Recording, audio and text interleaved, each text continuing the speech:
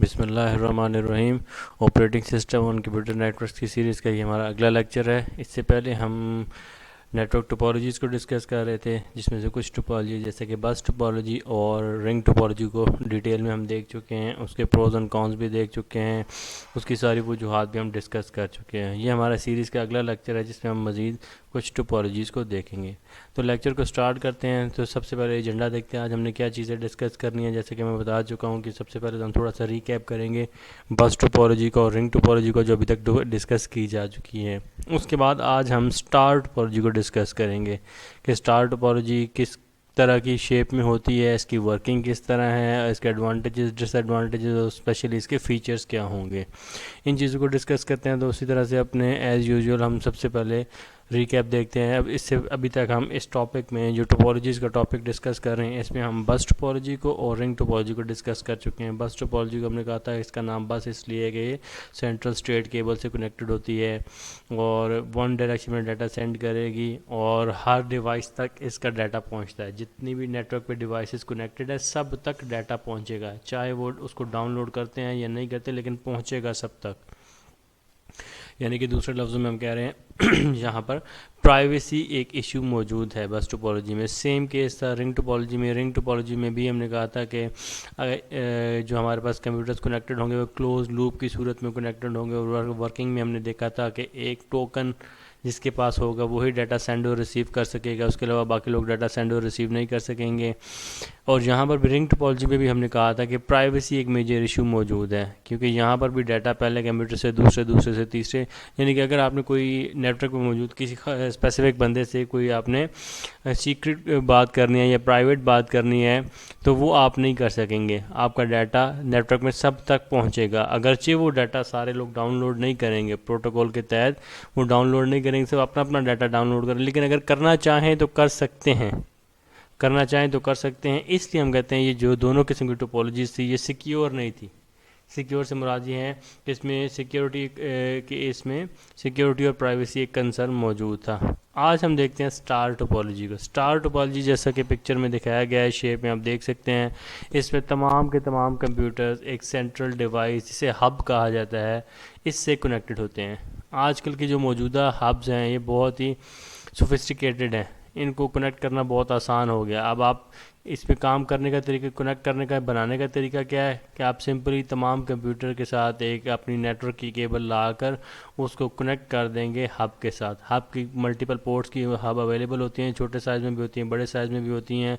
तो आप इस हब के साथ अक्सर आप जो नेटवर्क देखते हैं आजकल नेट कैफ़ेज़ में, कंप्यूटर लैब्स में, छोटे जितने भी नेटवर्क बने हुए हैं वो ज़्यादातर यही टोपोलॉजी को इस्तेमाल कर रहे हैं। आपने ये वाली डिवाइस अक्सर जगह पे पड़ी हुई देखी होगी, छोटे साइज़ में या बड़े साइज़ में। इसके पीछे पोर्ट्स मौजूद होती हैं और उन पोर्ट्स में लाकर हम अपनी डिवाइस को कनेक्ट कर देते हैं। बहुत ही आसान है इसका नेटवर्क क्रिएट करना, कोई ख़ास हमें इसमें कनेक्शन इस्टेब्लिश नहीं करने पड़ते। सिर्फ एक केबल होगी जिसके दोनों एंड्स पर कनेक्टर्स लगे हुए होंगे और उस एक केबल को हम एक तरफ से कंप्यूटर के बैक साइड पर कनेक्ट कर देंगे, दूसरी तरफ से लाकर हम उसको हब के साथ कनेक्ट कर देंगे। इस तरह तमाम कंप्यूटर्स इस एक डिवाइस से कनेक्ट, सेंट्रल डिवाइस से कनेक्टेड होंगे। सेंट्रल डिवाइस ये इसलिए हम इसलिए कह रहे हैं कि जब हम वर्किंग अभी इसकी देखेंगे तो आपको समझ आ जाएगा कि इसको हम सेंट्रल डिवाइस क्यों कह रहे हैं। सेंट्रल डिवाइस से कनेक्टेड होंगे तो इसलिए ये इसको हम एक स्टार की शेप में इमेजिन कर सकते हैं। अगरचे ये सारे कंप्यूटर एक साइड में भी पड़े हुए हो सकते हैं, एक लाइन में भी पड़े हुए हो सकते हैं जो इस डिवाइस के साथ कनेक्टेड हों, बेशक इसकी शेप स्टार की ना बने, लेकिन जिस तरह हमने क्लोज लूप की लास्ट टाइम कंडीशन अप्लाई की थी रिंग टोपोलॉजी में, यहाँ पर भी कंडीशन ये है कि तमाम कंप्यूटर एक सेंट्रल डिवाइस से कनेक्टेड हों। इसको हम स्टार कह देंगे, चाहे फिजिकली आपको स्टार की शक्ल में नज़र आ रही है नहीं। तमाम कंप्यूटर्स का सेंट्रल डिवाइस से कनेक्ट होना स्टार टोपोलॉजी को क्रिएट करता है। अब स्टार टोपोलॉजी में होता यह है कि कोई भी एक कंप्यूटर ने अगर दूसरे कंप्यूटर तक, लेट सपोज हम कह रहे हैं टॉप सेंटर में जो कंप्यूटर मौजूद है, इसने ये बॉटम सेंटर में जो कंप्यूटर मौजूद है इसको डाटा सेंड करना है, तो होगा ये कि ये डायरेक्ट कम्युनिकेट नहीं कर सकते आपस में, ना ही इन दोनों के बीच में कोई डायरेक्ट कम्युनिकेशन मौजूद है। हब के लगाने से एक हमें फ़ायदा ये हो गया कि हम अब यहाँ पर डायरेक्ट कम्युनिकेशन बंद हो गई है। जो भी कम्युनिकेशन होनी है वो इस सेंट्रल डिवाइस के ज़रिए हो, यानी कि ये टॉप सेंटर वाला कंप्यूटर जो है ये डाटा सेंड करेगा वो इस सेंट्रल डिवाइस को मिलेगा। ये सेंट्रल डिवाइस उस डाटा को फिर इस कंप्यूटर तक पहुंचाएगी। अब यहाँ पर ही सवाल पैदा होता है कि इस सेंट्रल डिवाइस को कैसे पता चलेगा डाटा किसने भेजा और किसकी तरफ से आया है और किसकी तरफ जाना है। अब यहाँ पर अभी जो हमारे कोर्स में मौजूद है वो तो एडवांस्ड फॉर्म है। इससे पहले मैं आपको थोड़ी सी वर्किंग बता दूँ। हमारे पास शुरू में पैसिव हब्स होती थी। हब्स को हम दो कैटेगरीज में डिवाइड कर सकते हैं, एक को कहते हैं एक्टिव हब, दूसरे को कहते हैं पैसिव हब। पैसिव हब जो शुरू में बनी थी उसमें ये था, उसका सिर्फ काम ये था कि तमाम कंप्यूटर इसके साथ कनेक्ट हो जाते थे। उसमें लेट्स सपोज सेंटर वाला जो कंप्यूटर है, इसने अगर डाटा सेंड करना है बॉटम वाले सेंटर वाले कंप्यूटर को, तो होता ये था, पैसिव हब की बात कर रहा हूँ, उसमें ये डाटा सेंड होता था इस डिवाइस की तरफ। ये डिवाइस आगे क्या करती थी कि जिस पोर्ट पे, अब देखें यहाँ पर इस पोर्ट पे आकर वो डाटा इसको रिसीव हुआ है, इस जिस पोर्ट से डाटा रिसीव हुआ है ये सेंट्रल डिवाइस उस पोर्ट के अलावा, जहाँ पर रिसीव हुआ है उस पोर्ट के अलावा बाकी तमाम पोर्ट्स की तरफ वो डाटा रिपीट कर देती थी। वो डाटा ब्रॉडकास्ट कर देती थी, रिपीट कर देती थी उस पोर्ट के अलावा जहाँ से रिसीव हुआ है, उसके अलावा बाकी सबको वो डाटा भिजवा दिया जाएगा, डाटा का पैकेट। यहाँ पर भी पैकेट की सूरत में कम्युनिकेशन हो रही है। पैसिव हब में जिस पोर्ट पे डाटा रिसीव होता था उसके अलावा बाकी सब की तरफ वो डाटा भिजवा दिया जाता था। अब वही एक पैकेट जो इंटेंडेड था, भेजा जा गया था इस central computer, bottom central computer के लिए, लेकिन वो भिजवा दिया गया है अब सब की तरफ। इसको भी मिलेगा, इसको भी, सारे कंप्यूटर्स को मिलेगा। अब उसी तरह से सारे कंप्यूटर अपना उस पर डेस्टिनेशन एड्रेस मैच करेंगे, जिसके लिए अब इस टॉप लेफ्ट कॉर्नर पे देखें, इसका पता मैच नहीं करेगा उस पैकेट से, ये इसको डाउनलोड नहीं करेगा। बाकी कंप्यूटर मैच करेंगे, डाउनलोड नहीं करेंगे। बाकी कंप्यूटर अपना अपना पता और पैकेट पे लिखा हुआ रिसीवर का पता मैच करते रहेंगे, लेकिन उनका पता मैच नहीं करेगा तो उसको डाउनलोड नहीं करेंगे। सिर्फ ये बॉटम सेंटर कंप्यूटर है, इसको रिसीवर के तौर पर एड्रेस किया गया था, इसका पता मैच करेगा तो ये इसको डाउनलोड कर लेगा। ये हम पहले की बात कर रहे हैं पैसिव हब की। तो उस सूरत में पैसिव हब ये होती थी, ब्लाइंडली सेंड कर देती जिस पोर्ट पे। अब वापस अगर इस बॉटम सेंटर कंप्यूटर ने अब कोई एक्नॉलेजमेंट सेंड करनी है टॉप सेंटर वाले कंप्यूटर को, तो ये बॉटम सेंटर क्या करेगा, अब यहाँ से ये एक्नॉलेजमेंट भेजेगा पोर्ट हब तक। हब अब इस पोर्ट पे, पॉइंटर से अगर आपको नज़र आ रहा है तो इस सेंट्रल पोर्ट जो बॉटम सेंटर कंप्यूटर के साथ कनेक्टेड, इसके अलावा बाकी सारी पोर्ट्स पे वो डाटा सेंड कर देगा, बाकी सारी पोर्ट्स पे डाटा सेंड कर देगा, जो बाकी एक्नॉलेजमेंट बाकी सारे कंप्यूटर्स को मिल जाएगी। तो जिसका एड्रेस मैच करेगा वो डाउनलोड कर लेगा, जिसका एड्रेस मैच नहीं करेगा वो उसको डाउनलोड नहीं करेगा। ये पैसिव हब जब शुरू में आई थी तो उस वक्त उनके काम करने का तरीका कुछ इस तरह से था।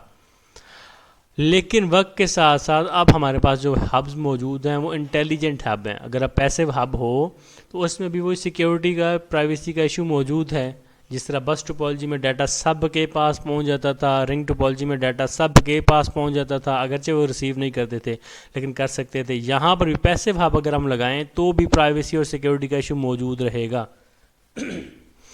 अब आजकल जो हब्स इस्तेमाल हो रही हैं वो इंटेलिजेंट हब हैं। अब ये हब क्या करेगी, अब टॉप सेंटर कंप्यूटर ने डाटा सेंड करना, अब इंटेलिजेंट हब की बात कर रहे हैं, टॉप सेंटर कंप्यूटर ने डाटा सेंड करना है तो वो डाटा सेंड करेगा इस पोर्ट को। ये पोर्ट सिर्फ उसी कंप्यूटर को डाटा भिजवाएगी जिसका एड्रेस लिखा हुआ होगा। अब ये हब जो इंटेलिजेंट हब है आजकल जो यूज़ होती हैं, ये उसी एक कंप्यूटर को डाटा भिजवाती हैं जिसके लिए वो पैकेट है, बाकी सबको नहीं भिजवाती हैं। अच्छा, अब दो बातें हैं इसमें। पहली बात तो ये है कि अब ये हब, ये इंटेलिजेंट हब इस काबिल हो गई हैं कि ये पहचान सकें, उस पैकेट को पढ़ सकें, उसके पते को देख सकें, किसकी तरफ से आया ये तो पता चल जाता है, किस पोर्ट पे डाटा आया है ये तो पता चल गया।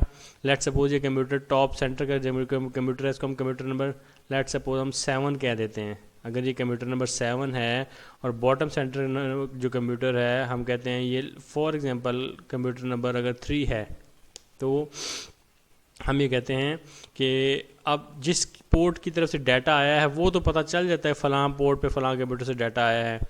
अब ये थोड़ा सा कॉम्प्लेक्स मैकेनिज़्म है। अब इसमें होता ये है कि जिस पोर्ट पे डाटा आता जाता है तो ये हब जो है अपने पास एक पेज पे लिख के रख लेगी जैसे जैसे कम्युनिकेशन होती रहती है उस तरह से ये हब जो है अपने पास एक पेज लेगी, उस पे सेंटर में लाइन लगाएंगे, लेफ़्ट साइड पर लिखेंगे पोर्ट नंबर, राइट साइड पर लिखेंगे कंप्यूटर नंबर।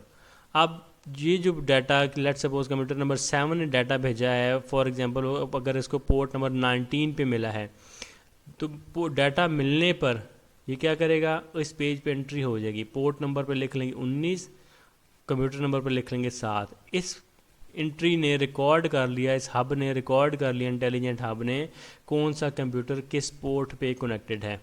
अब वो डाटा अब इसी तरह से यहाँ तक पहुँच जाएगा डाटा। अब यहाँ से एक्नॉलेजमेंट वापस जाएगी तो उसको पता चल जाएगा कि कंप्यूटर नंबर 3 जो है लेट सपोज पोर्ट नंबर 7 पे कनेक्टेड है, पोर्ट नंबर 7 की entry port number 7 computer number 3।